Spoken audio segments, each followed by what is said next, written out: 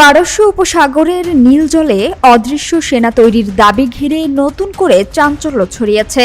বলা হচ্ছে, ডলফিনের মতো শান্ত ও মায়াবী প্রাণীকেও নাকি সামরিক কাজে ব্যবহার করার পরিকল্পনা করছে ইরান, যা ঘিরে আন্তর্জাতিক মহলে শুরু হয়েছে নানা আলোচনা ও বিতর্ক। প্রতিবেদন অনুযায়ী হরমুজ প্রণালীকে কেন্দ্র করে এমন এক কৌশলগত পরিস্থিতি তৈরি হয়েছে যেখানে মার্কিন রণতরীগুলোর বিরুদ্ধে নতুন ধরনের প্রতিরোধ ব্যবস্থা গড়ে তোলার কথা বলা হচ্ছে। এর অংশ হিসেবে সমুদ্রের তলদেশে মাইন বসানো এবং বিশেষ প্রশিক্ষিত ডলফিন ব্যবহারের মতো ধারণাও সামনে এসেছে।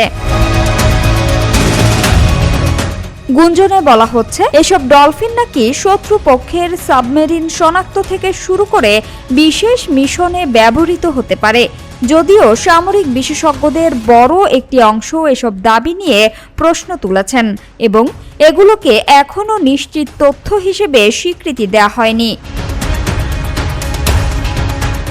বিশ্লেষকদের মতে, হরমুজ প্রণালীকে ঘিরে যুক্তরাষ্ট্র ইরান উত্তেজনার মধ্যেই অর্থনৈতিক ও সামরিক চাপ বাড়ছে। তেল রপ্তানি, নৌপথ নিয়ন্ত্রণ এবং আঞ্চলিক নিরাপত্তা সব মিলিয়ে পরিস্থিতি আরও জটিল হয়ে উঠছে।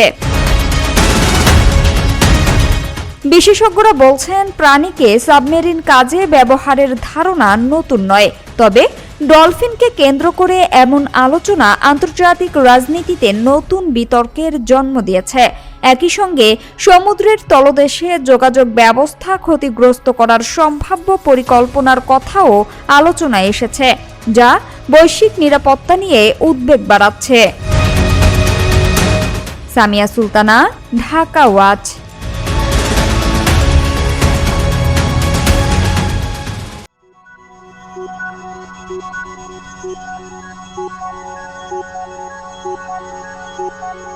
Thank you.